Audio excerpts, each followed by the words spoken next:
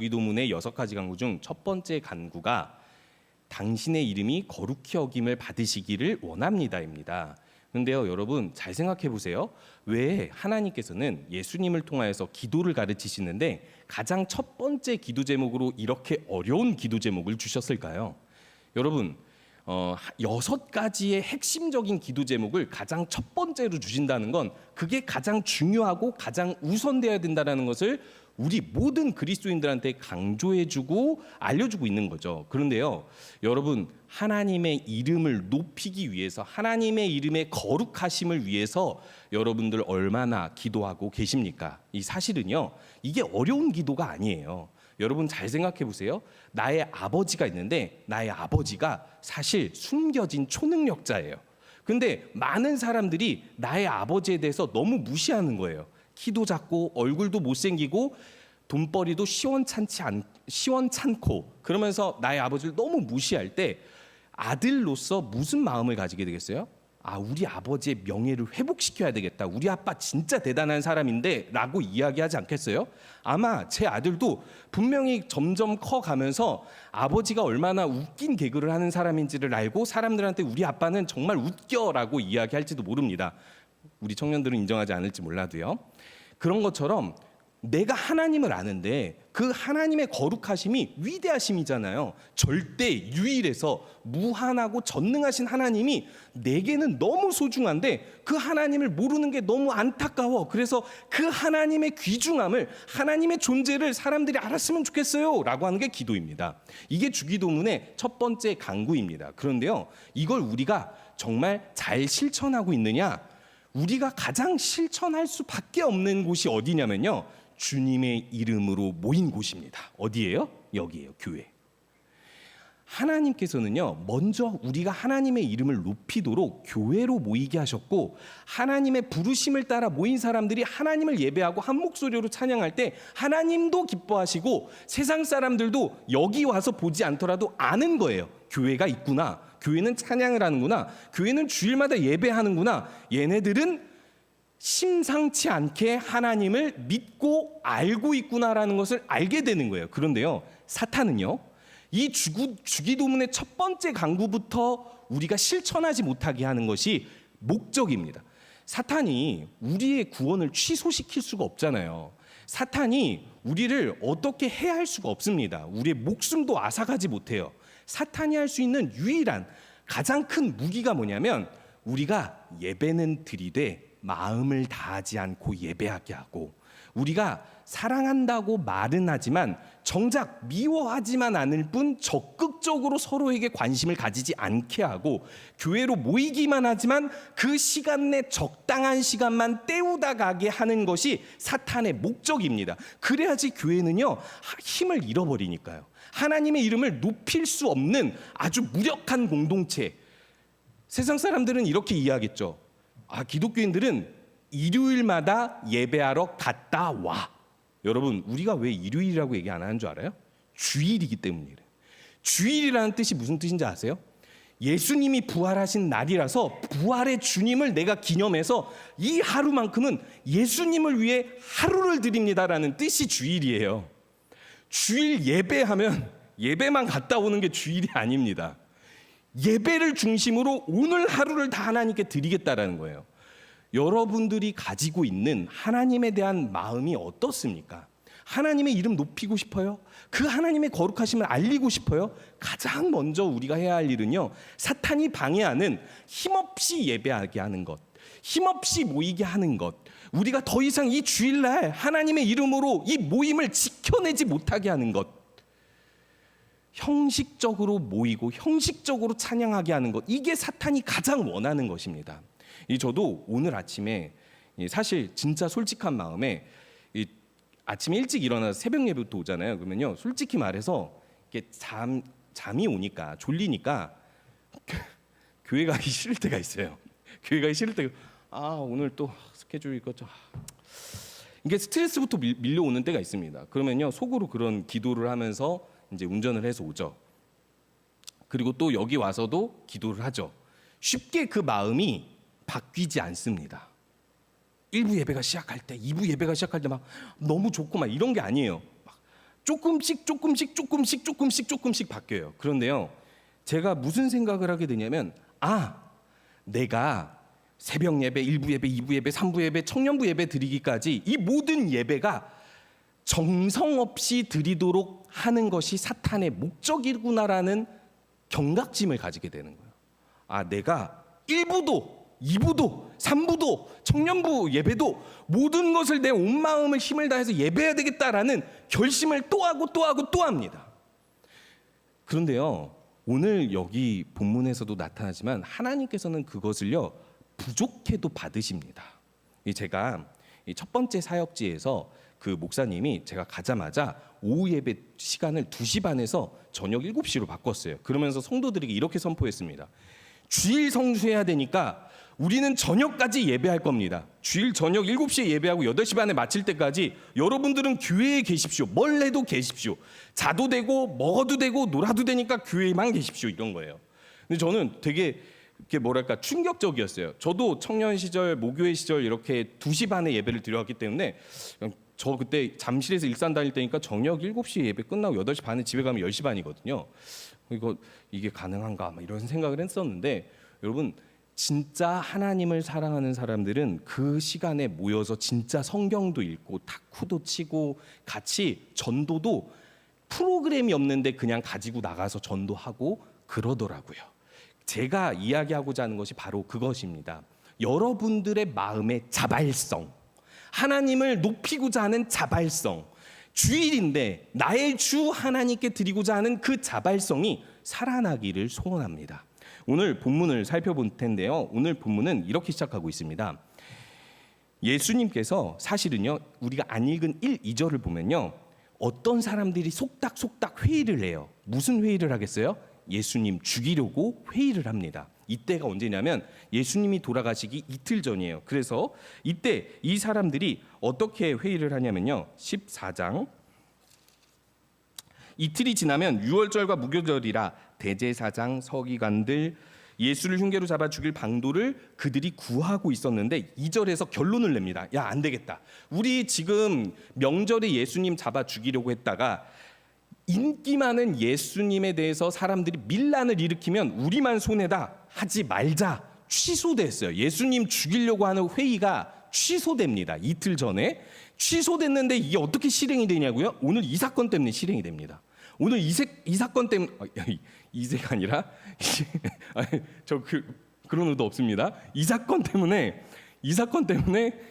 실행이 되는데 오늘 본문엔 안 나와요. 요한복음에 보면 가룟 유다가 이 사건 때문에 시험 들어가지고 예수님을 팔아넘기려고 이들을 찾아갑니다. 그리고 이들은 취소했던 계획을 가룟 유다 때문에 다시 실행할 수 있게 되는 거예요. 그럼 도대체 이 사건이 무엇인가? 이렇게 이야기하죠. 베다니 나병 환자 시몬의 집에서 식사하실 때, 베다니가 어디냐면요, 예루살렘 2km 떨어진 옆 동네예요. 그냥 옆 동산이라고 보시면 됩니다. 왜 거기서 식사를 하시냐면 이 유대인들은요, 그 유월절 명절이 가까이 오면 일주일 전부터 가서 그 주변에서 숙박을 합니다. 몇십만 명이 숙박을 해요. 그러니까 평소에 2, 3만 명밖에 없는 그 도시가 몇십만 명을 수용하려면 그 주변 동네의 숙박업소들도 열어야 되겠죠. 그렇기 때문에 아마도 예수님께서 계속해서 여기서 묵었던 건지는 모르지만은 어쨌든 이틀 전 유월절까지 기다리기 위해서 그 전에 기다렸던 나병 환자 시몬이 예수님을 초청해서 이곳에서 식사 교제를 하게 되는데, 나병 환자가 이 당시에는 율법이 적용될 때니까 나병 환자는 일반 사람을 접촉하면 안 돼요. 그러니까 나병 환자 시몬이라는 건요, 나병이 나았다라는 뜻입니다.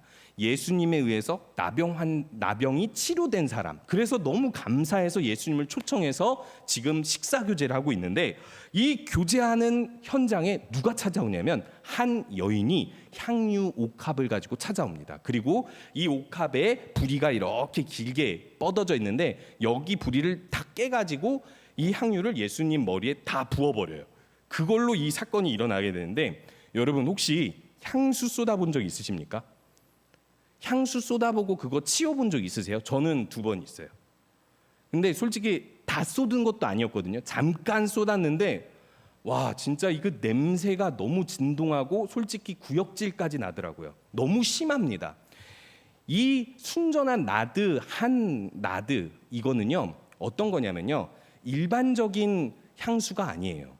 히말라야 산맥에 있는 아주 귀한 향내가 강한 그런 향유인데 이것이 한 옥합 정도의 기름을 짜내려면 얼마냐면 300데나리온 정도의 가치입니다. 300데나리온을 환산하면 1데나리온이 하루 노동자 삭시거든요.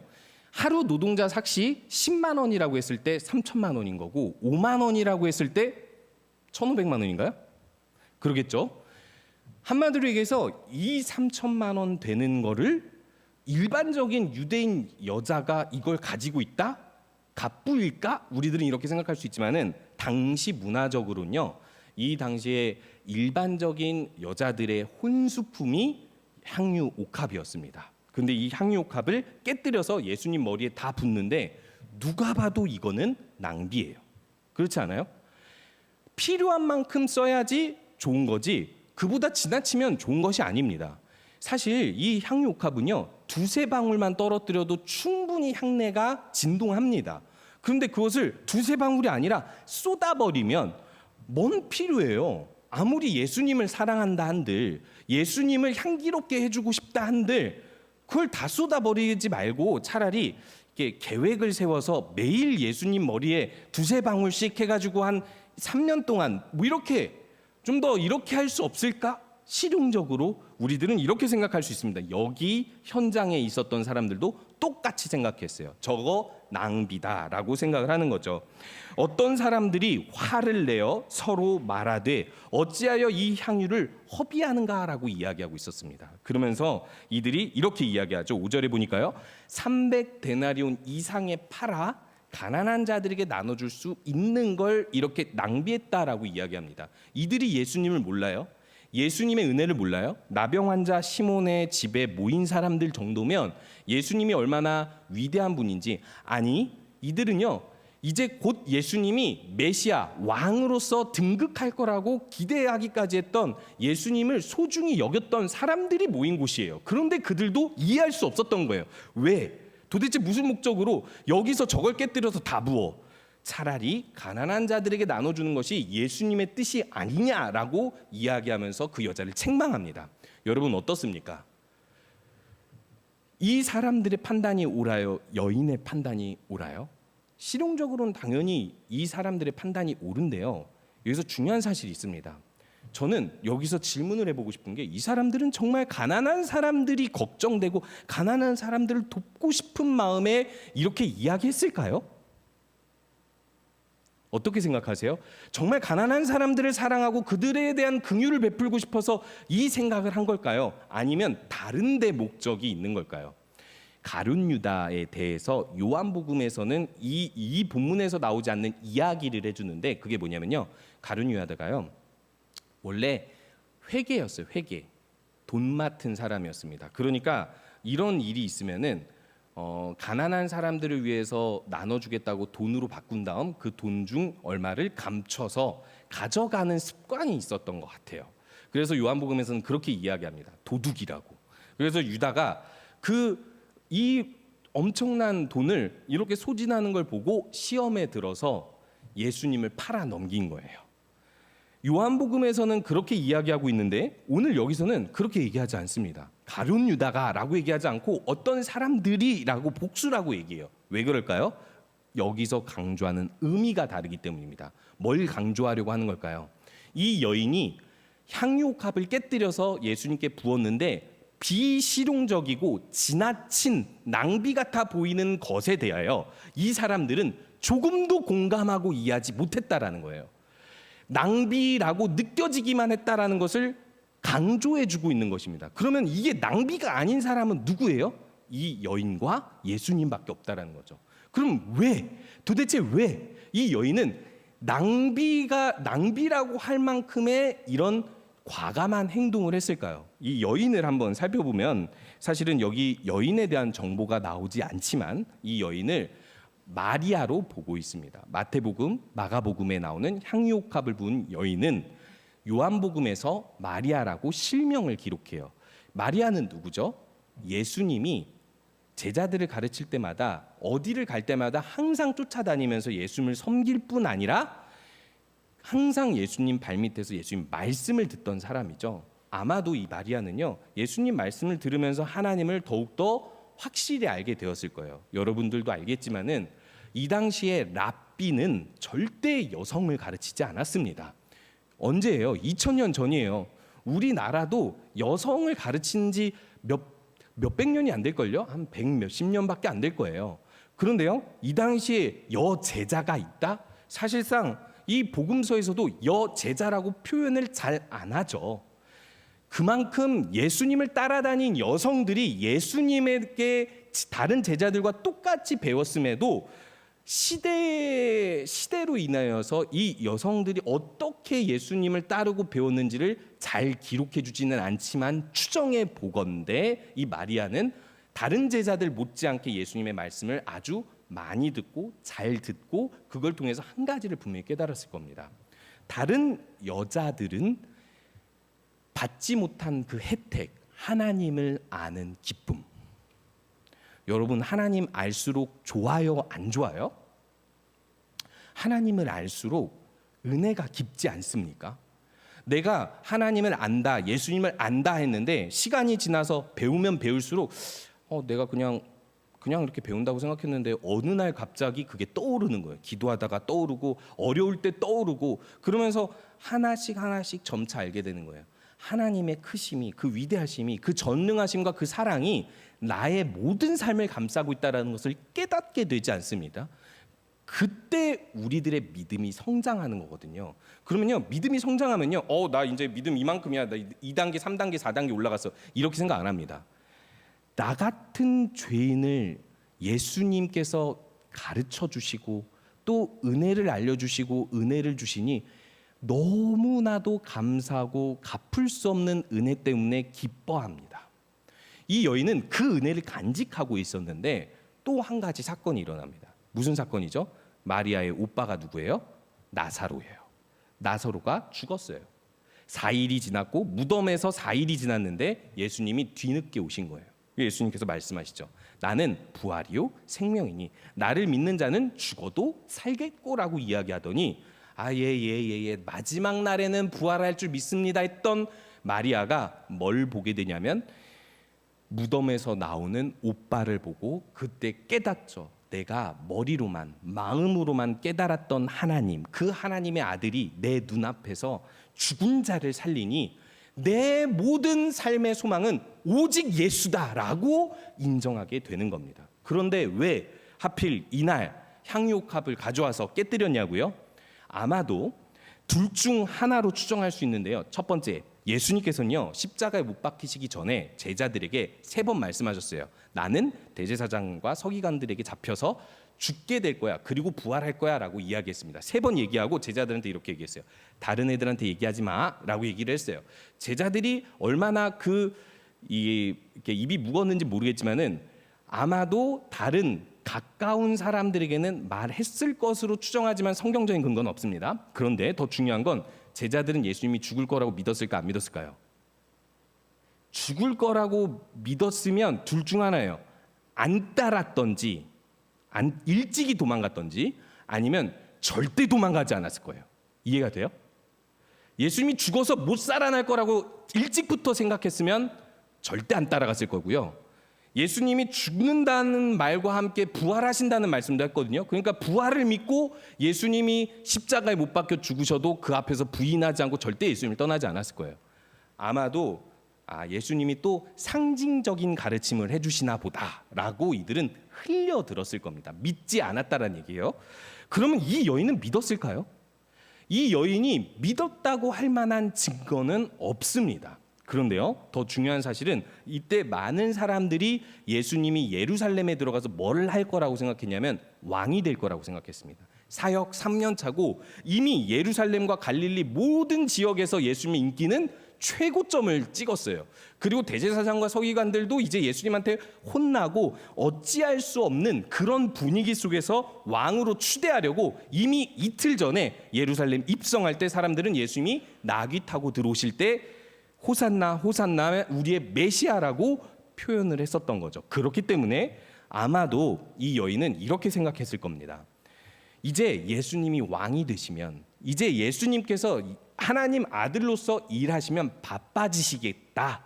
그럼 내가 예수님과 함께 다니기가 좀 어려울 수 있고, 내가 예수님께 특별히 드리고 싶은 이것을 드릴 기회가 없겠다라고 생각을 해서 이 향유 옥합을 깨뜨려서 드린 것 같습니다. 그런데 중요한 건요, 이 향유 옥합을 깨뜨리는 이유가 무엇인가요?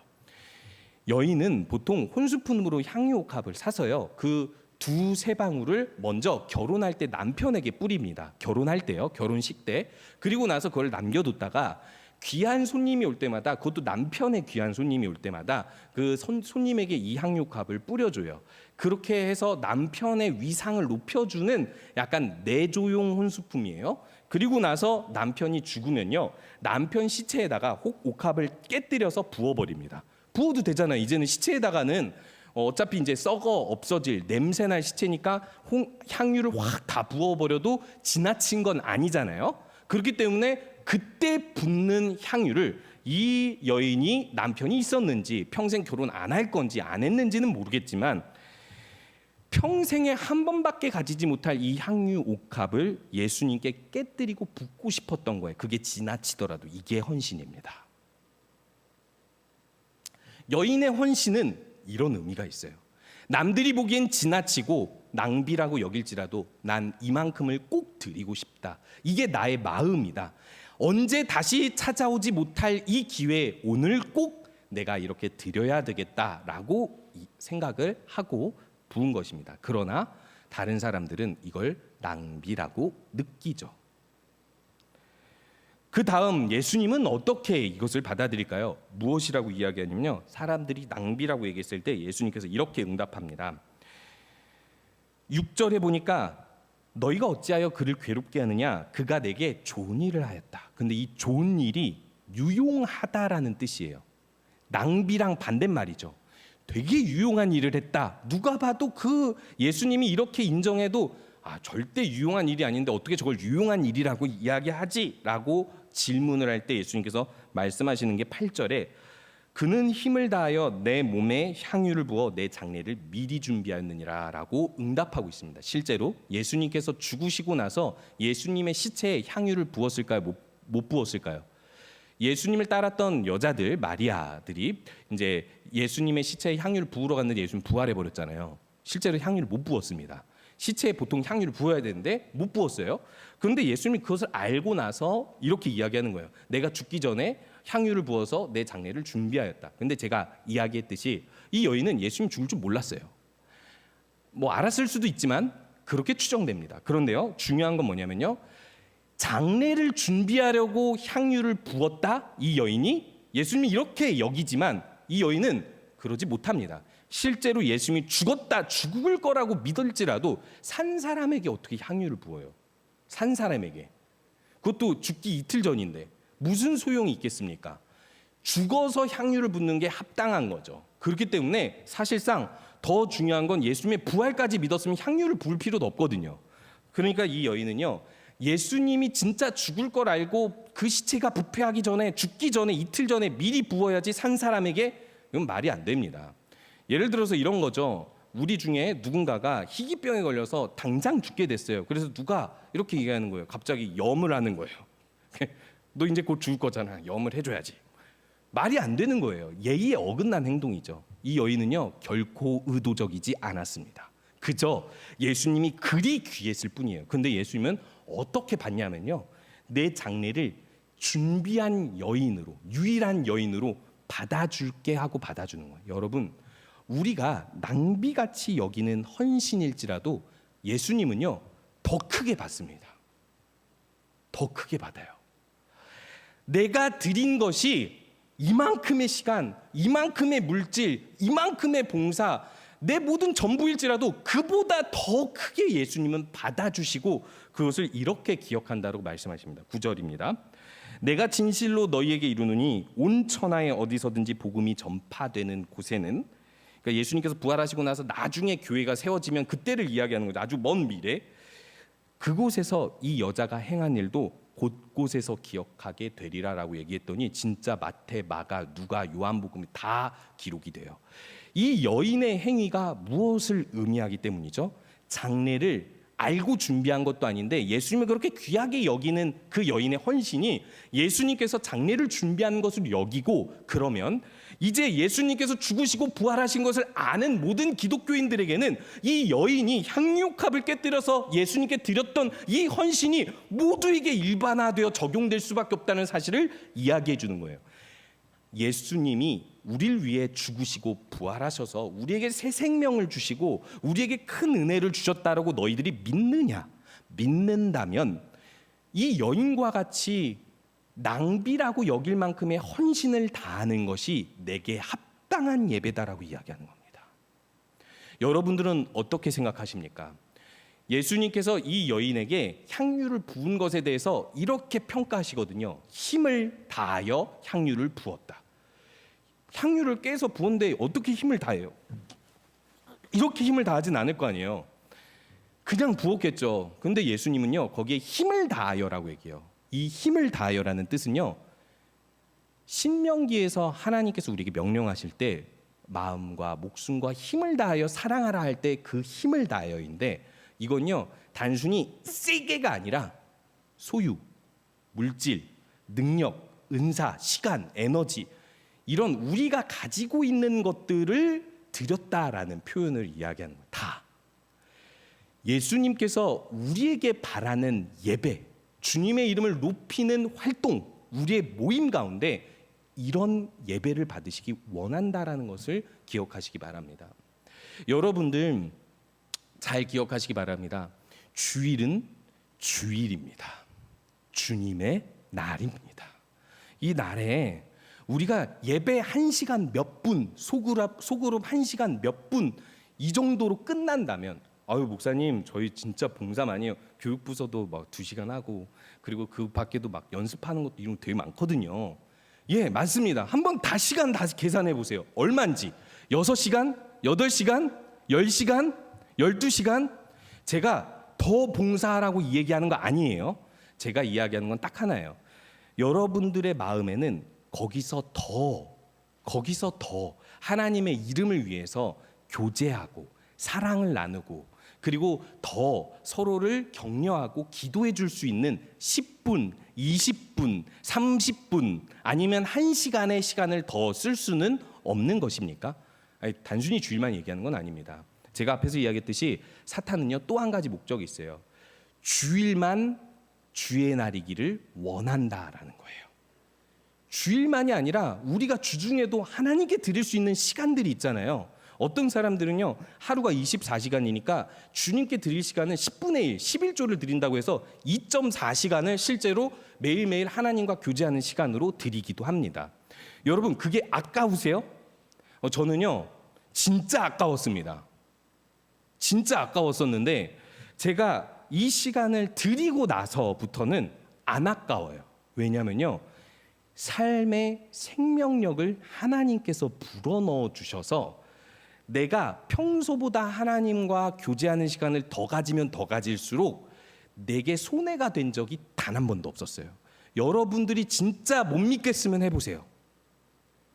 좀 목사님 저는요 딱 하루에 큐티 30분만 합니다. 그 정도면 충분한 거 아니에요? 안 하는 사람들도 있는데 믿음은 상대적인 것이 아닙니다.